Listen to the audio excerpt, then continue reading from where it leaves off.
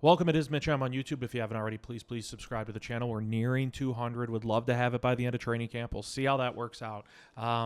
Zach Tom gets his 4-year extension done with Green Bay, $88 million, $92 if he maxes it out, $30.2 million signing bonus, largest in NFL history for an offensive lineman. And naturally, my mind wandered to who could be next in line. Yesterday talked about that checklist for Green Bay. I really zoned in on the offensive line. I want to kind of extend out on the perimeter now and look at the rest of the roster and who could be next up for Green Bay to get an extension hashed out now that Zach Tom, who most, myself included, thought was priority number one this offseason for that, an extension. Now that that's done, who could be next? And to me, the best guess I have, I think, is rooted in plenty of factual support, and I believe it's also a polarizing answer.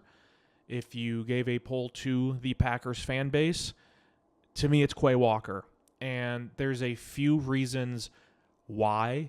First off, you just got to go right from the horse's mouth. If you look at what Brian Gutekunst has said all offseason, and this dates back to his end-of-the-year presser in January. So all the way back in January, just a couple of days removed from the playoff loss to Philadelphia, Goody was asked about, fifth-year options for a pair of their first-round picks from 2022 in Quay Walker and Devontae Wyatt. Coincidentally, both defensive players drafted in the first round by the Packers in 2022 out of Georgia, both of them former Georgia Bulldogs. And, you can have this tug of war with the fan base where on one side people are going to look at Quay Walker and really look at a 5-game stretch from 2024 where it appeared the light bulb above his head went on and he started to figure it out and he was diagnosing what was going on in front of him on the field with much more confidence and much more ease. And he was not being as reactionary to everything and as slow to the punch. And an injury kind of derailed that momentum. And there are going to be people that say, man, there was that stretch in 2024, middle of the season, 5 games, where Quay Walker looked the part. He looked the part of a former first-round pick, number 22 overall at inside linebacker that Packer fans have been waiting to see.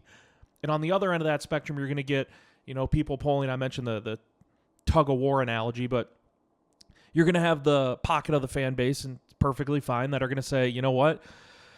Drafted in 2022, inconsistent play, at times has appeared to be overwhelmed with what's going on in front of him, have seen it on a limited sample size. Injuries have been a problem. You're talking about concussion at one point, the ankle injury that caused him to miss the last 3 regular season games in 2024. I don't know if I want to be forking over an extension to Quay Walker. And it's fine for the fan base to have, that back and forth battle on players, and in this case, on Quay Walker. But it's really all for naught when you consider what Goody said. And again, I'm going back to January, and then I can reference other things he said throughout the offseason. But in January, Gutekunst was asked about Quay Walker's season and kind of try to forecast what could lie ahead this offseason, which has already taken place. They declined his 5th-year option but picked up Devontae Wyatt. And this is back in January. Goody said, and I quote, I think Quay continued to make a leap. He's another guy who had struggled through injuries at the end of the year, but he was really impactful for us. He continues to be a great leader. Certainly think we would love to have him around here for longer than just a couple more years. He's that kind of guy. And so whatever side you fall on in the Quay Walker debate, you're hearing it from the general manager, from Goody. Again, the last part, this is back in January. Certainly think we would love to have him around here for longer than just a couple more years. He's that kind of guy. Now, when Green Bay opted to say, thanks but no thanks to the 5th-year option on Quay Walker earlier this offseason, but picked up Devontae Wyatt, some people kind of pondered with, well, did their stance change? Is Goody having second thoughts? And it wasn't the case. Goody was on Cheesehead TV in June. I believe it was June. It was like a month ago or something like that. And he was asked about Quay Walker again, and Goody said, and I quote, "My expectations are really, really high. The only reason we didn't do the fifth-year option is a lot of the outside linebackers are calculated into that number, so it didn't make a lot of sense. We're going down that road with him, talking about negotiating an extension. We'll see, or as well, to see if we can make that happen." So everything from Goody has indicated this offseason, we want Quay Walker to be around here for more than just a couple more years. They're high on Quay Walker. The expectations are getting raised. And he's talked directly about working out an extension with Quay Walker. And you look at some of these other pieces for Green Bay, guys who are entering the final year of their deals and their rookie contracts. You know, a lot of us would love to see Romeo Doubs, Christian Watson both stay around for the long haul. Both are entering the final year of their rookie contracts. Haven't seen many reports, right? Haven't heard it directly from Goody that, like, yes, we want to keep these guys around for years and years to come. We are going to work on an extension ASAP. And, you know, you extend it back to the offensive line. There were 3 members of Green Bay's starting offensive line last year that were part of that 2022 class. You have the extension done with Zach Tom. Your left tackle, Rasheed Walker, your right guard, Sean Ryan, are entering the final year of their rookie deals. Haven't seen many reports, if any. Haven't heard Goody directly say, as bluntly as he has about Quay Walker, hey, we want to get an extension done. We want these guys around here for the long haul. Now, if he was pressed about it, obviously he's not going to, you know, reveal his hand and say, you know, probably let it play out, let him walk next year. Like, he's not going to say that about Doubs or Watson or Ryan or Walker or whoever else you want to throw into the mix. The difference, too, with when I was saying who's likely up for an extension next, like who are the Packers going to pivot towards now that Zach Tom's situation has been resolved and he's getting paid handsomely over the course of the next 4 years. You're talking about generational wealth, a $30.2 million signing bonus, 4 years, $88 million overall, 92 if he maxes it out. The reason I didn't say Elgton Jenkins is Elgton Jenkins, you know, he has 2 years left on his deal, this year and next season. I could also see that dragging out into the season once they kind of get comfortable, assuming Elgton, you know, comes into the mix at some point without, you know, having his current situation hashed out with a resolution in place. They kind of want to see what it looks like with Elgton Jenkins at center. Goody has said he believes he can be an all-pro caliber center, but you want to see it. And again, the age thing, it's weird to some, but it's how the Packers do business. Typically don't partake in a third deal for a player, and typically don't partake in contracts and lofty ones and big contracts for players that are 30 years of age or older, and Elgton Jenkins is nearing that magic number of 30 years of age.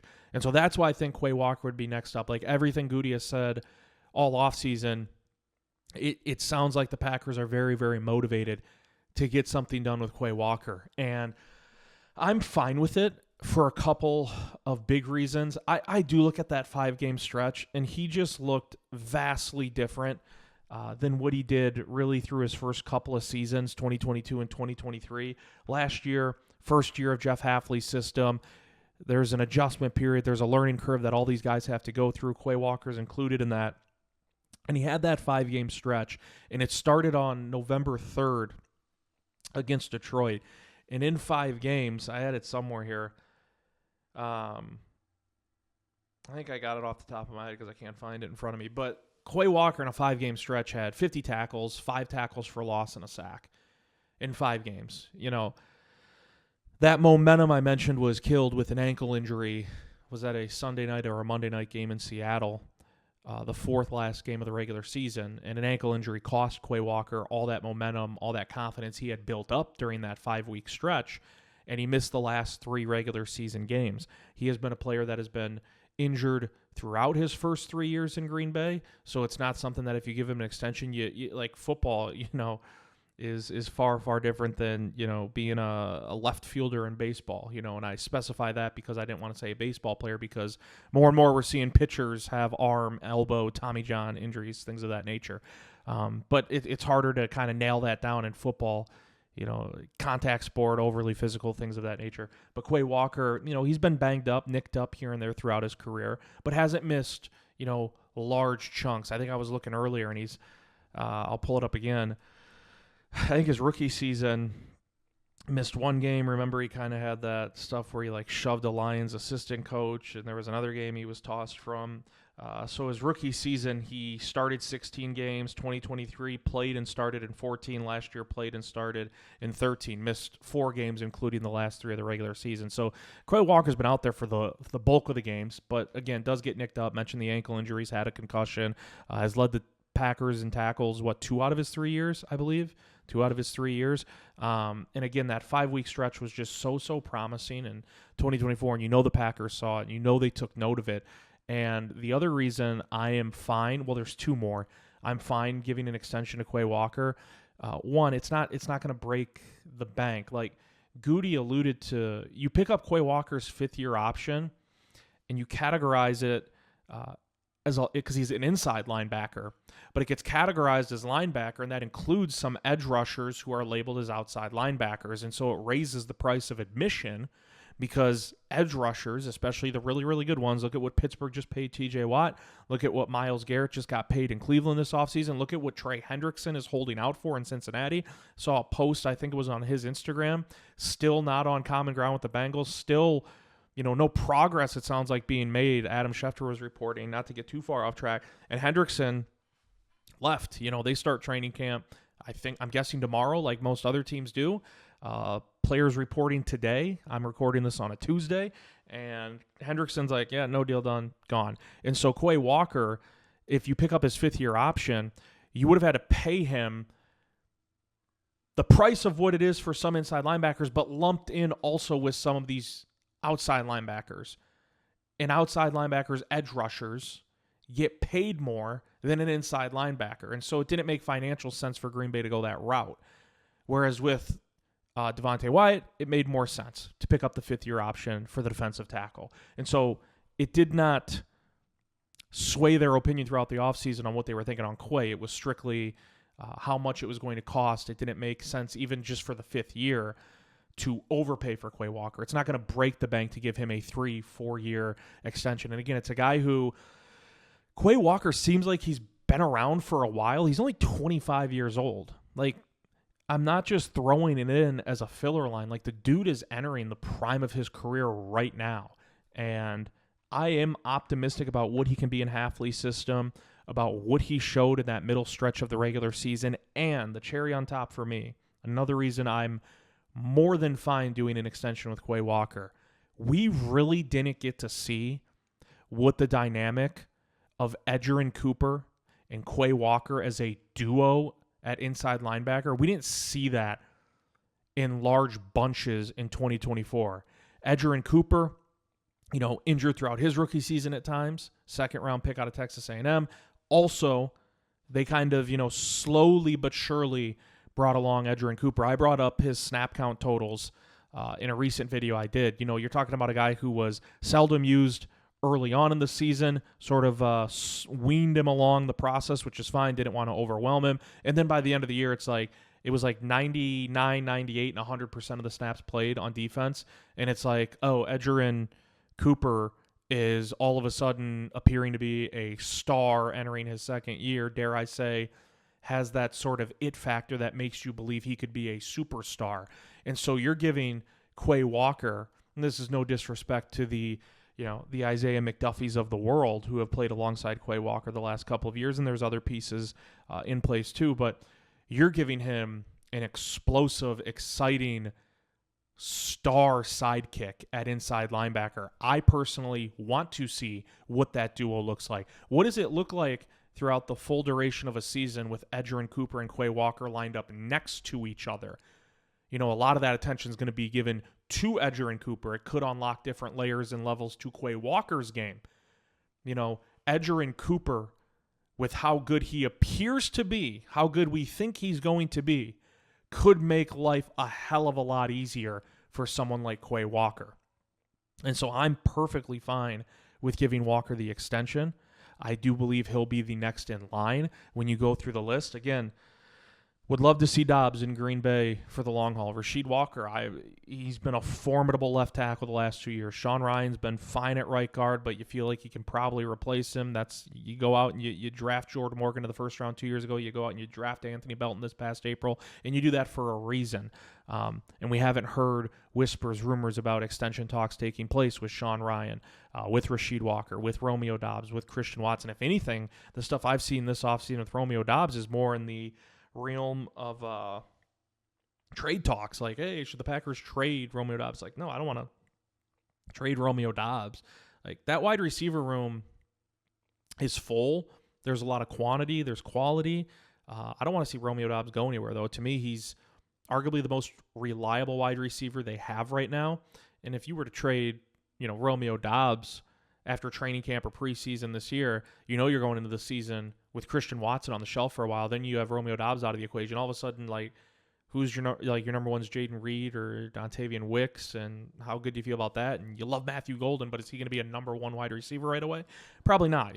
Maybe, and that'd be great if he is, but just haven't seen chatter, I guess, or Goody just coming out and directly saying, like, man, I'm so high on Romeo Dobbs or Christian Watson or Rasheed Walker or Sean Ryan. Like, we got to get something done now. Like, we want to get an extension done. Again, it just, back in January, saying Goody's words, certainly talking about Quay Walker, certainly think we would love to have him around here for longer than just a couple more years. He's just that kind of guy. And then he's talking directly in June about we're going down that road with him to negotiate an extension as well to see if we can make that happen. And so, yeah, I'm not going to be surprised if at some point throughout the beginning of training camp, breaking news, Quay Walker, 3-4 year extension with Green Bay, and it's for a reasonable number. Again, it's not going to break the bank to keep Quay Walker around.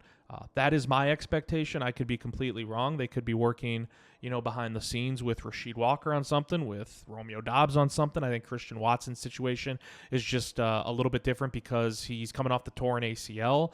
He had those soft tissue injuries sort of hamper him his first couple of years, and then seemed to have that under control last year, and then the torn ACL in Week 18 against Chicago. I just think it'd be hard to sort of facilitate something right now. With Watson, you expect him at his age and with his athleticism, and, I mean, the dude sounds more motivated than ever to come back, better than ever on the field, whenever that may be this year. But it'd be hard to kind of navigate what an extension would look like for Christian Watson until you just see him back out on the field. So I think all indicators, everything's pointing towards Quay Walker. That's just my opinion. You could stretch it out and say, well, what about some of these guys in the 2023 draft class? Because if you look at the 2023 draft class, certainly the Packers want Tucker Kraft around for the long haul. Jaden Reed's in that mix. Luke Musgrave's he's in a prove-it year to me. Dontavian Wicks is part of that draft class. There's many others if you go down on the list, but they have this year, and then next year they enter the final year of their rookie deal. I don't think you want, if you're the Packers, you don't want Quay Walker to play out this walk year since they're so high on him, and they're seeing things that, may be part of this fan base, as I mentioned, in this tug of war, the side that is not anti-Quay Walker, but doesn't really want to see an extension get done, maybe thinks the Packers can do better. We aren't seeing things the Packers are. And I'm not saying we as in lumping me into the group that doesn't want Quay Walker, because I do. But, yeah, the Packers are smitten on him. I'm fine with it. Give him an extension. I'd be excited to see what that duo looks like with Quay Walker and Edgerrin Cooper. And financially, to me, it makes sense. You're not probably going to have to overpay for Quay Walker for the next 3-4 years if you get an extension done, and it gives you stability at inside linebacker. To me, that's long been a position for the Packers that it's just been in flux. And if you can solve that riddle, keep Quay Walker around for the long haul, hopefully have a budding star to superstar in Edgerrin Cooper, all of a sudden inside linebacker looks like a position of strength for Green Bay. Let me know what you guys think. Always appreciative of all the support. It is Mitch Iam on YouTube. Please click the subscribe button. We'll see you next time.